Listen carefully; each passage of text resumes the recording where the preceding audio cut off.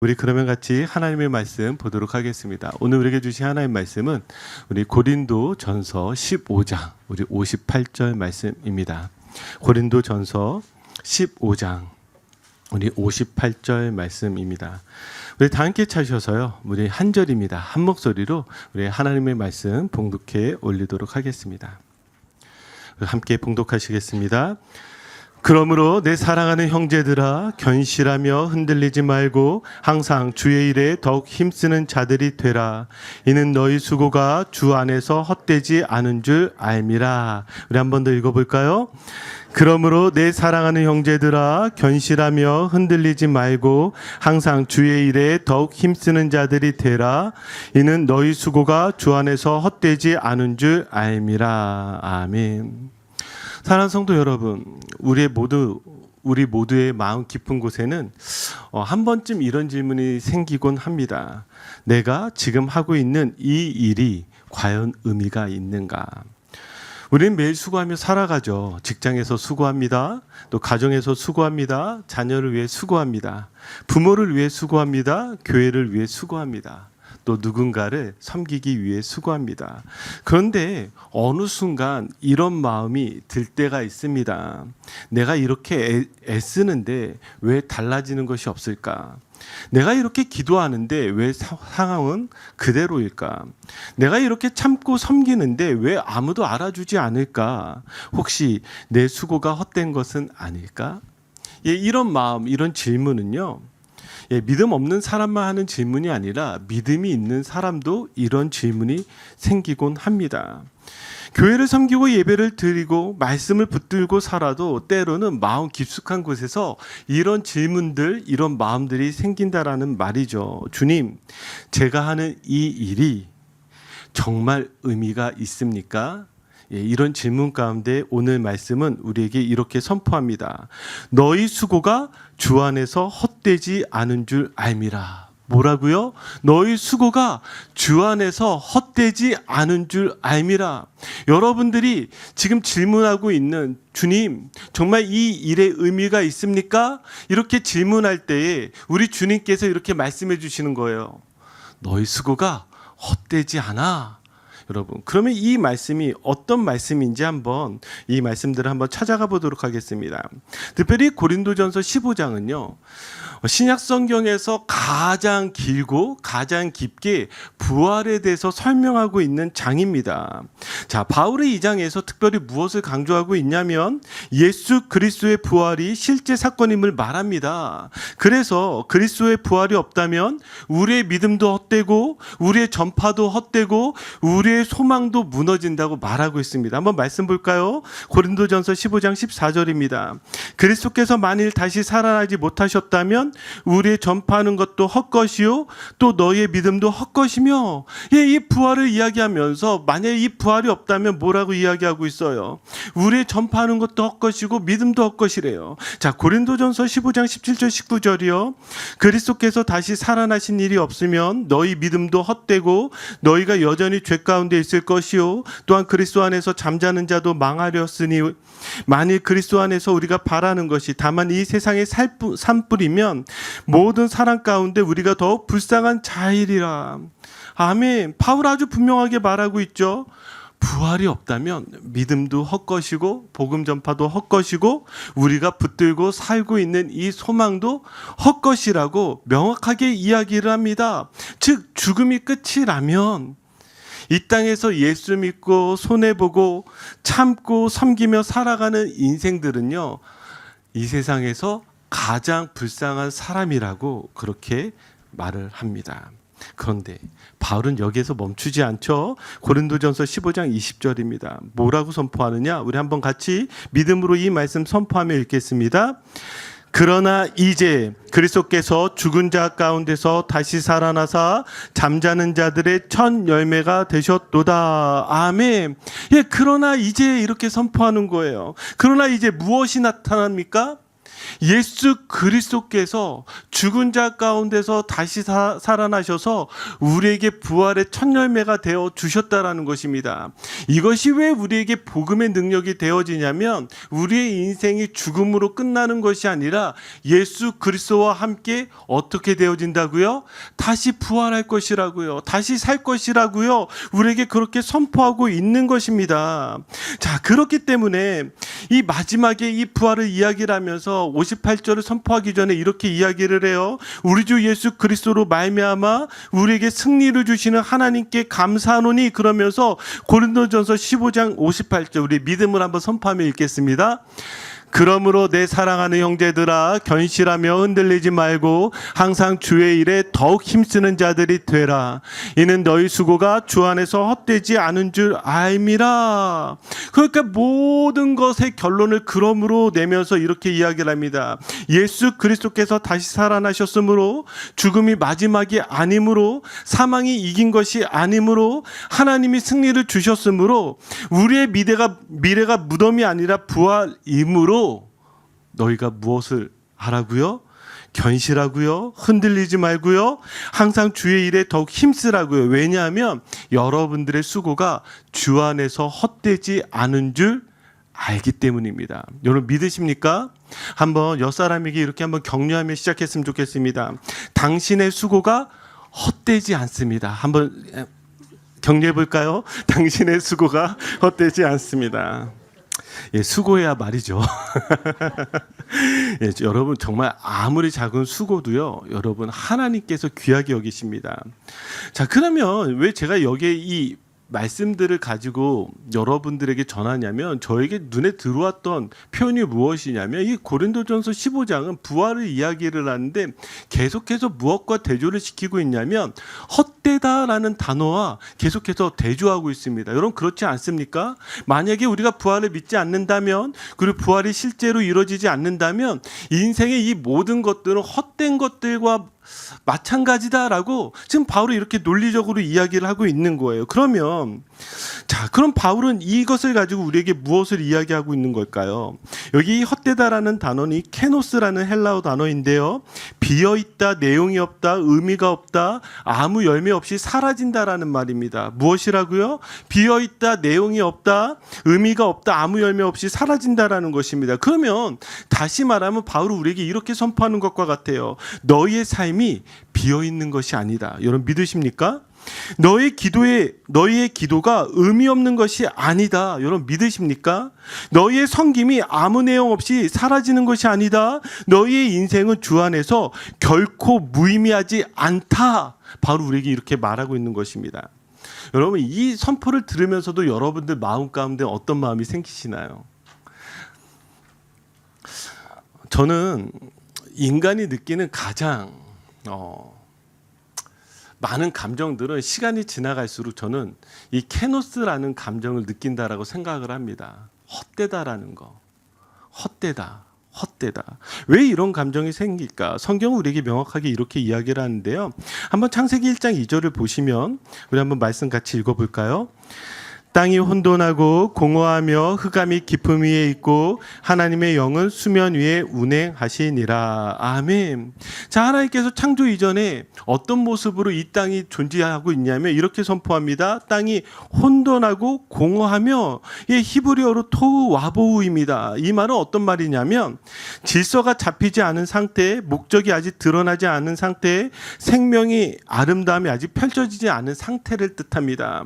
그래서 70인정 성경에서는 뭐라고 번역을 하냐면 보이지도 않고 아직 정돈되지도 않은 상태라는 것이에요. 그러니까 창조 이전의 모습들을 생각을 해보면 어떤 모습이에요? 바로 이런 거예요. 오늘 케노스라는 이 단어와 같이 헛된 상태라는 것이죠. 그런데 이 헛된 상태가 어떻게 바뀌게 될까요?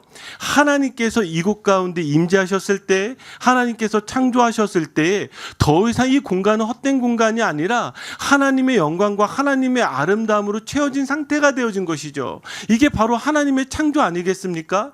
그런데 여기에서 이 하나님이 사라지게 되면 다시 어떤 상태가 되는 거예요? 여기에 나와 있는 공허하고 혼동된 상태, 우리가 지금 계속해서 보았던 그 케노스라는 상태, 바로 이 헛된 상태가 되어지는 것이죠. 바로 죄는요, 우리들로 하여금 끊임없이 헛되고 헛된 존재로 만들어버립니다. 그러니까 한번 전도서를 보세요. 저는 이 인간의 헛됨을 가장 정직하게 보여주는 책이 이 전도서라고 생각을 하는데, 전도서 1장 2절 3절 우리 한번 읽어볼까요? 전도자가 이르되 헛되고 헛되며 헛되고 헛되니 모든 것이 헛되도다. 해 아래서 수고하는 모든 수고가 사람에게 무엇이 유익한가. 아멘. 여기 2절에 지금 헛되다라는 단어 몇 번 썼어요? 뭐 4번인지 5번인지 헷갈리시죠? 예, 5번이나 쓰였어요. 왜 5번이나 쓰일까요? 정말 헛되고 헛되고 헛되고 헛되다라고 지금 느끼고 있기 때문이에요. 그러면서 해 아래서 수고하는 모든 수고가 사람에게 무엇이 유익한가 이렇게 이야기합니다. 전도서 1장 8절 9절은요, 우리의 심정을 더 잘 표현하고 있어요. 자, 우리 한번 8절 9절 읽어볼까요? 만물이 피곤함을 사람이 말로 다 표현할 수 없나니 눈은 보아도 족함이 없고 귀는 들어도 가득 차지 아니하도다. 이미 있던 것이 후에 다시 있겠고 이미 한 일을 후에 다시 할지라 해 아래는 새 것이 없나니. 아멘. 8절 보세요. 만물이 피곤함을 사람이 말로 다 표현할 수 없나니 눈은 보아도 족함이 없고 귀는 들어도 가득 차지 아니하도다. 여러분, 왜 이 만물이 피곤하다라고 표현하고 있어요? 그 다음에 나오잖아요. 여기에 족함이 없어요. 가득 차지 않기 때문에 그래요. 우리가 아무리 수고하고 노력하여도 내 마음을 만족시키지 못한다는 거예요. 왜요? 죄가 그래요. 죄는요, 우리로 하여금 하나님으로부터 멀어지게 하잖아요. 그러니까 우리를 어떤 상태로 만드냐면 헛되고 헛되고 헛된 존재로 만들어요. 그래서 이 안에 무언가가 채워져야 돼요. 그래서 채우려고 수고하고 수고해도 이것이 채워지지 않는 것이죠. 특별히 전도서가 말하는 이 헛됨, 이 헛되다라는 단어는 히브리어로 헤벨입니다. 이 헤벨이라는 단어는 안개, 수증기, 연기와 같은 거예요. 여러분, 안개를 손으로 잡아보셨습니까? 수증기를 손으로 잡아보셨습니까? 손에 잡혀요? 손에 잡히지 않아요.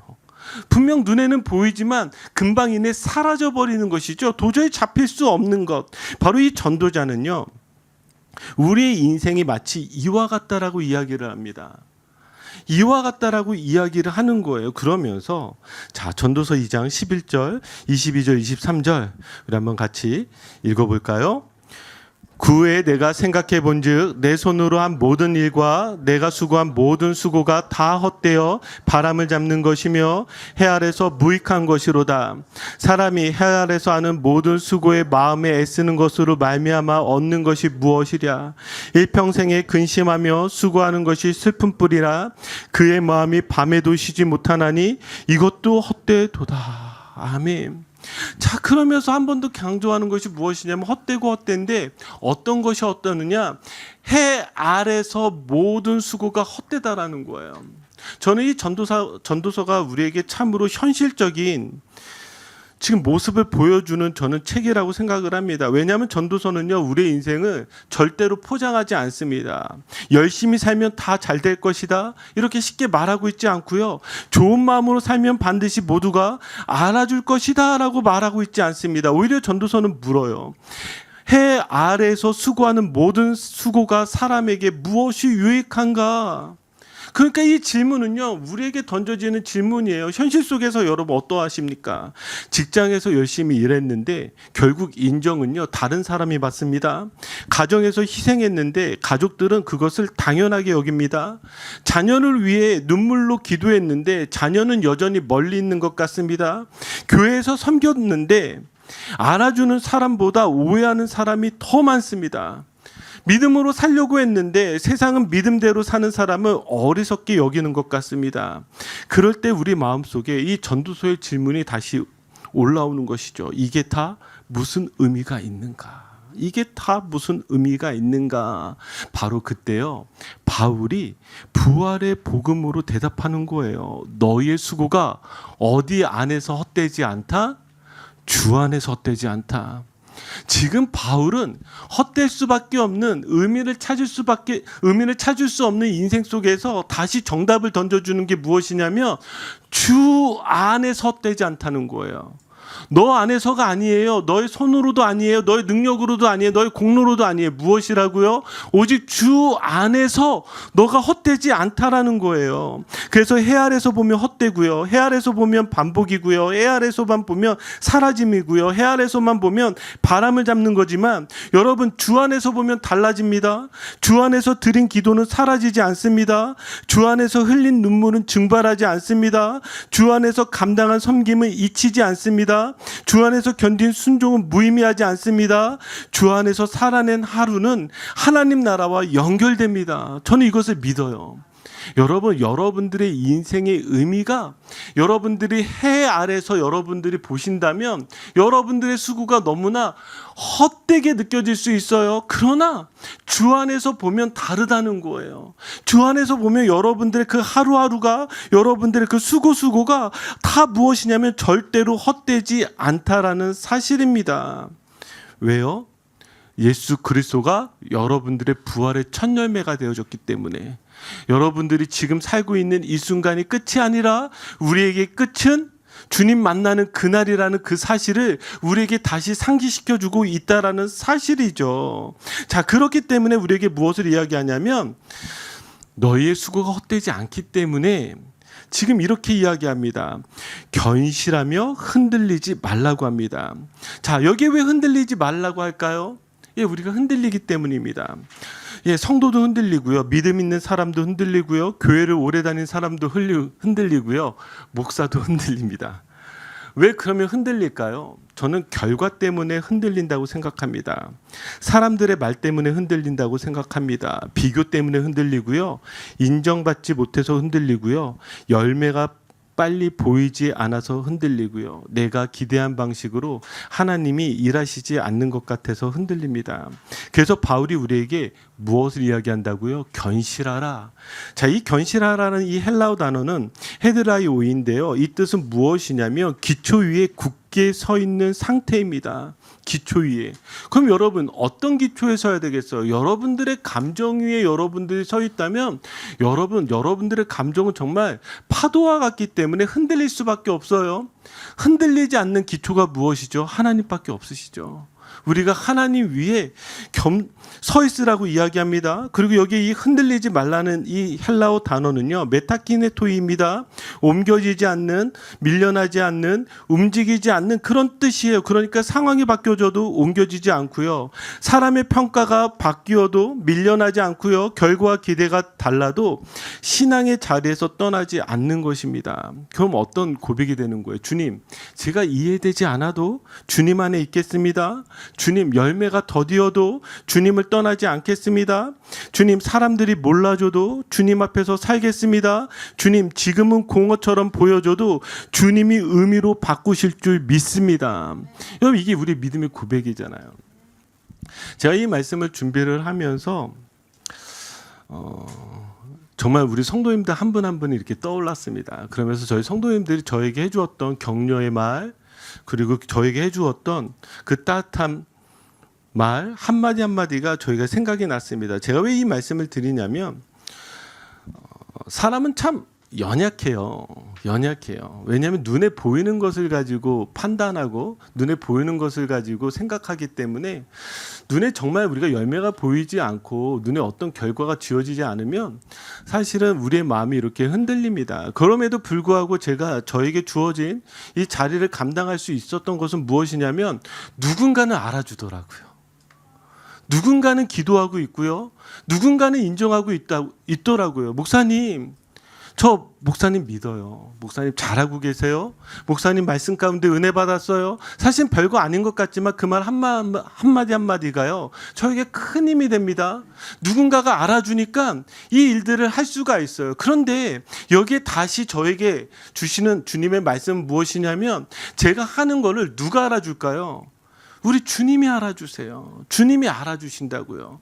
여러분들의 그 섬김들, 여러분들의 작은 섬김들이 여러분들이 볼 때는 주님이 모르는 것 모르시는 것 같지만요, 우리 주님 다 보고 계시고 여러분들에게 이렇게 말씀해 주시는 거예요. 내가 너의 수고를 안다는 거예요. 그러니까 너의 수고가 절대로 헛되지 않다라는 것이죠. 그럼에도 불구하고 우리는 무엇이라고요? 끊임없이 연약합니다. 무너집니다. 왜 그럴까요? 우리는 늘 우리의 모든 기준을 성공과 실패를 절대화를 삼아서 그래요. 성공과 실패를요. 여러분들의 성공과 실패를 절대로 절대화시키지 마세요. 그러니까 내가 성공하면 그 인생이 잘 되는 것 같고 내가 실패하면 그 인생은 망하는 것처럼 여러분 그렇게 판단하지 말라는 것이죠. 그럼 한번 제가 물어보겠습니다. 여러분 이 시대가 지금 교회가 어렵다라고 하잖아요. 교회가. 여러분 교회 어렵죠? 뭐 여러분들 저희 교회 다녀서 별로 안 어려워하시는 것 같아요. 교회가 참 어렵다 그래요. 정말 어렵습니다. 얼마나 어려운지 지금 한국에서는요, 한국 교회를 신뢰하지 않는다라는 그 응답이요 75.4%가 발표되었습니다. 75.4%요. 그럼 무슨 이야기예요? 바깥에 나가서 당신은 교회에 대해서 어떻게 생각하십니까? 하면 10명 중에 적어도 7명에서 8명은 무엇이야? 나는 교회 별로야. 나 교회 신뢰하지 않아. 이렇게 이야기하는 거예요. 그러니까 교회들이 얼마나 어렵겠습니까? 그리고 지난 3, 4년간에 이 곳 가운데서도 이 지역 가운데서도 정말 수도 헤아릴 수 없는 많은 교회들이 문을 닫았다라고 이야기를 합니다. 그러니까 지금 이 교회가 무너지고 이 교회가 망한 것 같아요. 봐요. 여러분들 저희 교회 다니니까 그런 게 안 느껴지잖아요. 근데 실제로 우리가 교회 문 밖을 나가면 여러분들이 느껴지는 것은요, 이전과 같지 않다라는 거예요. 정말 이 팬데믹 이전과 정말 하늘과 땅 차이로 달라졌습니다. 그러면 우리 여러분 어떻게 생각하세요? 교회는 지금 성공한 걸까요? 실패한 걸까요? 여러분 이 성적표 앞에서 우리는 뭐라고 대답할 수 있을까요? 저는 이 교회가 흔들리는 것처럼 말하지만 저는 제가 믿고 있는 말씀이 하나가 있습니다. 마태복음 16장 18절이요. 우리 한번 같이 읽어볼까요? 또 내가 내게 이르노니 너는 베드로라. 내가 이 반석 위에 내 교회를 세우리니 음부의 권세가 이기지 못하리라. 아멘. 자, 지금 여기 아주 중요한 것이 나오는데 여기 이 반석이라는 것은 베드로의 믿음의 고백이죠. 주는 그리스도시요 살아계신 하나님의 아들이십니다. 이 고백을 들으시고 주님께서 너의 고백 위에 무엇을 세우시겠다고요? 내 교회를. 여기서 중요한 건 무엇이냐면 내 교회. 내 교회라는 말은 무엇이에요? 제 교회예요? 여러분들의 교회예요? 주님의 교회예요. 예수님의 교회를 세우시겠다라는 거예요. 무엇 위에? 그렇게 고백으로 살아가는 자들에게 주님께서 그 고백을 그냥 버려두시지 않고 교회를 세우시겠다는 거예요. 그러니까 여러분 그 교회는 어떤 교회입니까? 마지막에 이렇게 선포하고 있어요. 음부의 권세가 이기지 못하리라. 아멘. 여러분 음부의 권세가 이기지 못한다고요. 여러분들이 믿음의 고백을 가지고 살아갈 때 주님께서 그 교회를 세우시는데 지금 음부의 권세가 이기지 못해요. 그런데 여러분 다시 이런 질문이 생기는 거잖아요. 아니 목사님 음부의 권세가 이기지 못하는데 요즘 교회 힘들다니까요. 어렵다니까요. 예 맞아요. 힘들어요. 어려워요. 그러면 다시 질문은 무엇이냐면 옛날에는 힘들지 않았을까요? 옛날에는 어렵지 않았을까요? 역사를 보시면 여러분들이 언제가 가장 교회가 화려하게 부흥했다고 생각하십니까? 한번 말씀 하나 볼까요? 마태복음 21장 13절. 예수님이 오셨을 때는요, 예수님이 뭐라고 이야기하냐면 이렇게 말씀하세요. 그들에게 이르시되 기록된 바 내 집은 기도하는 집이라 일컬음을 받으리라 하였거늘 너희는 강도의 소굴을 만드는도다 하시느니라. 아멘. 뭐라고요? 예수님께서 지금 성전을 향해서 뭐라고 이야기하냐면 너희가 강도의 소굴을 만들었어. 예수님 당시에도 교회는요 이렇게 힘들고 어려웠어요. 예, 그럼 초대교회 때는 어땠을까요? 여러분 초대교회 때 가장 성공한 교회가 어디죠? 예루살렘 교회예요. 예루살렘 교회. 아주 초대형 교회가 세워졌죠. 그런데 그 교회가 세워지자마자 몇 년이 채 안 돼서 어떻게 되어졌어요? 대박해가 일어나서 그 교회가요 갈기갈기 찢겨져 다 도망가야만 했습니다. 교회가 찢겨버렸어요. 그 이후에 여러분들이 그렇게 추구하고 생각하는 모든 초대교회는요 여러분 딱 저희 사이즈예요. 할렐루야. 여러분, 저희가 초대교회를 따라 지금 여러분들이 교회 생활하고 있는 거예요. 대형교회가 존재할 수가 없었어요. 대형교회가 세워지면 그 교회는 이내 뭐예요? 다 박해를 받아서 지하로 동굴로 그렇게 숨어야만 했고요. 가정 가운데서 예배를 드릴 수밖에 없었다고요. 그러면 한번 생각해 보세요. 지금 우리가 교회를 어떤 성공의 기준으로 바라보냐면, 여러분, 저희 교회가 성공하려면 어떻게 해야 돼요? 여기 자리 꽉 차야 되겠죠?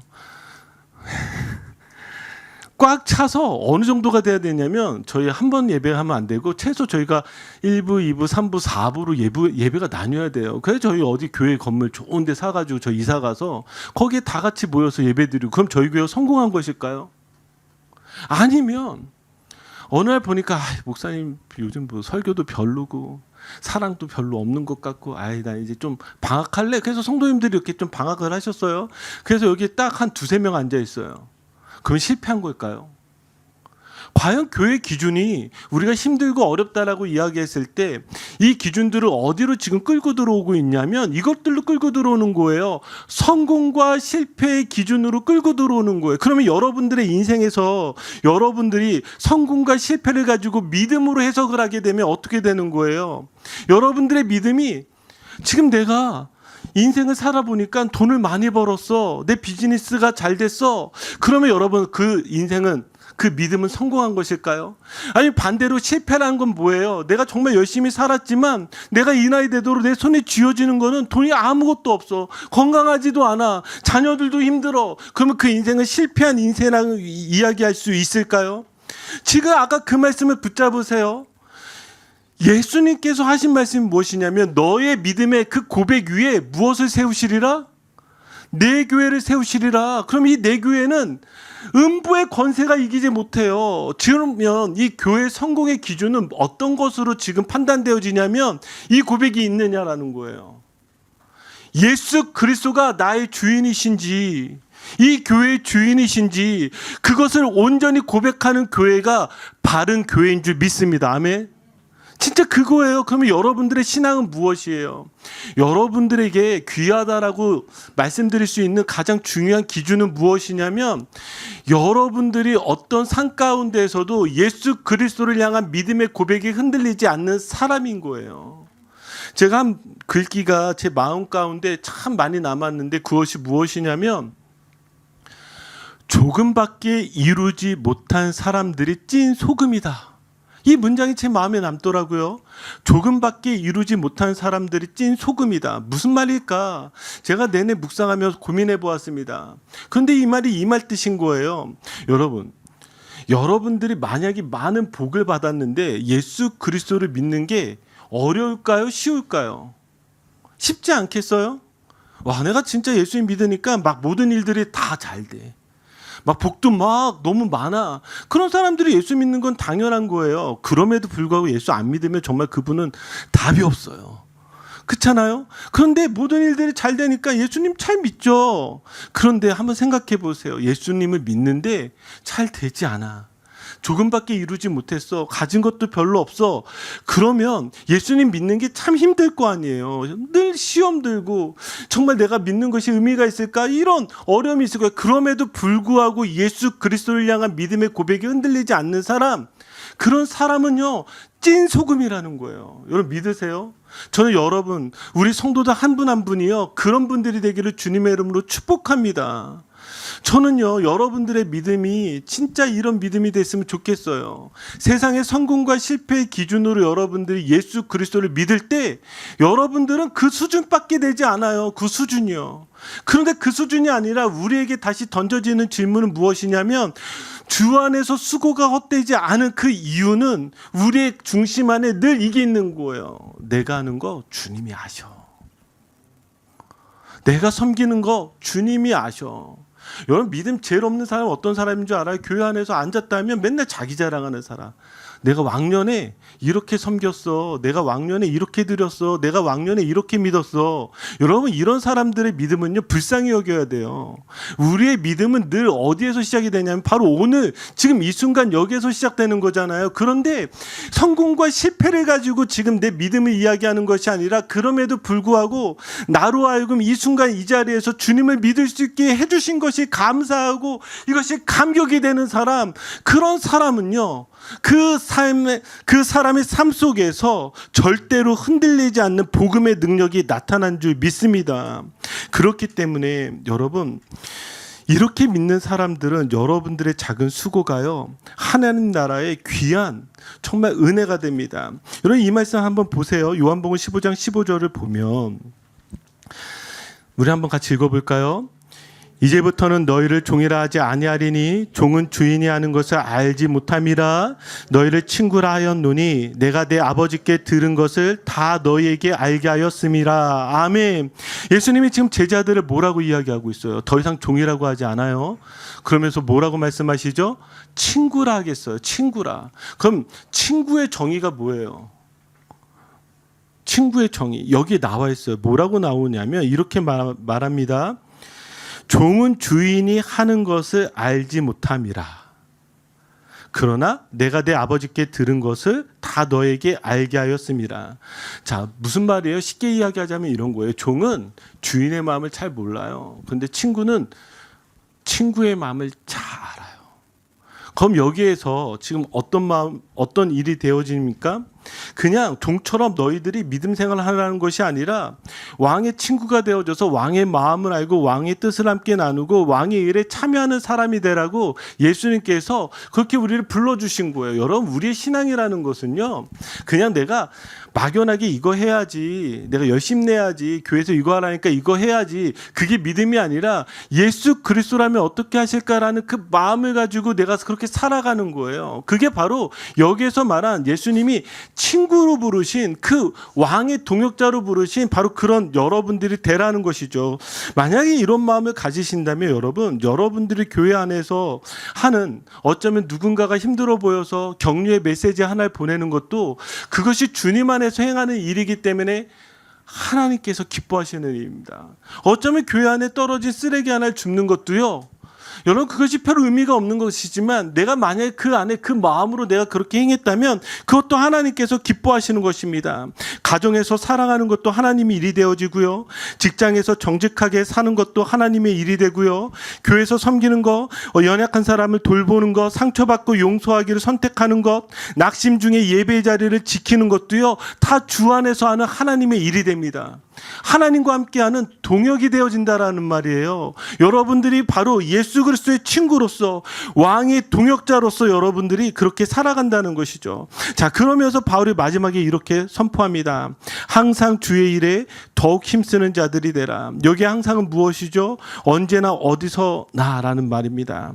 힘들 때도, 외로울 때도, 인정받지 못할 때도, 열매가 더딜 때도, 삶이 반복처럼 느껴질 때에도 주의 일에 항상 힘쓰라는 것입니다. 여기 이 힘쓰라는 것은요, 억지로 많이 하라는 말이 아닙니다. 너 억지로 힘을 내, 이 말이 아니라 여기에 이미 바울은 이 힘쓰라라는 단어를 하기 전에 두 개를 이야기했어요. 부활과 은혜를 이야기했어요. 그럼 여기서 힘쓰라는 것은 무엇이에요? 아까 이거와 같이 이 힘씀은 부활의 소망을 붙잡는 것을 힘써야 우리가 더욱더 힘내서 섬길 수 있다는 것입니다. 기초가 튼튼해야, 우리의 뿌리가 깊어야 흔들리지 않는다라는 것입니다. 여러분, 우리가 헛되지 않기 때문에, 주님이 기억하시기 때문에, 부활의 날에 드러날 것이기 때문에 여러분, 우리는 힘쓸 수 있습니다. 그래서 모든 일에 힘쓸 수 있는 저와 여러분들이 되기를 주님의 이름으로 축복합니다. 자, 우리 한번 말씀을 마무리 짓기 전에 다시 한번 이 말씀 붙들어 볼까요? 고린도전서 15장 58절 우리 한 번 더 읽겠습니다. 그러므로 내 사랑하는 자들아, 흥들아, 견실하며 흔들리지 말고 항상 주의 일에 더욱 힘쓰는 자들이 되라. 이는 너희 수고가 주 안에서 헛되지 않은 줄 알미라. 아멘. 여러분, 전도서는 우리에게 묻습니다. 해 아래서 수고하는 모든 수고가 사람에게 무엇이 유익한가?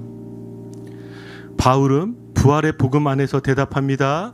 주 안에서 너희 수고는 헛되지 않다. 해 아래서 보면 헛됩니다. 그러나 주 안에서 보면 의미가 있습니다. 해 아래서만 보면 반복입니다. 그러나 주 안에서 보면 훈련입니다. 해 아래서만 보면 사라짐입니다. 그러나 주 안에서 보면 하나님 앞에 남습니다. 해 아래서만 보면 바람을 잡는 것입니다.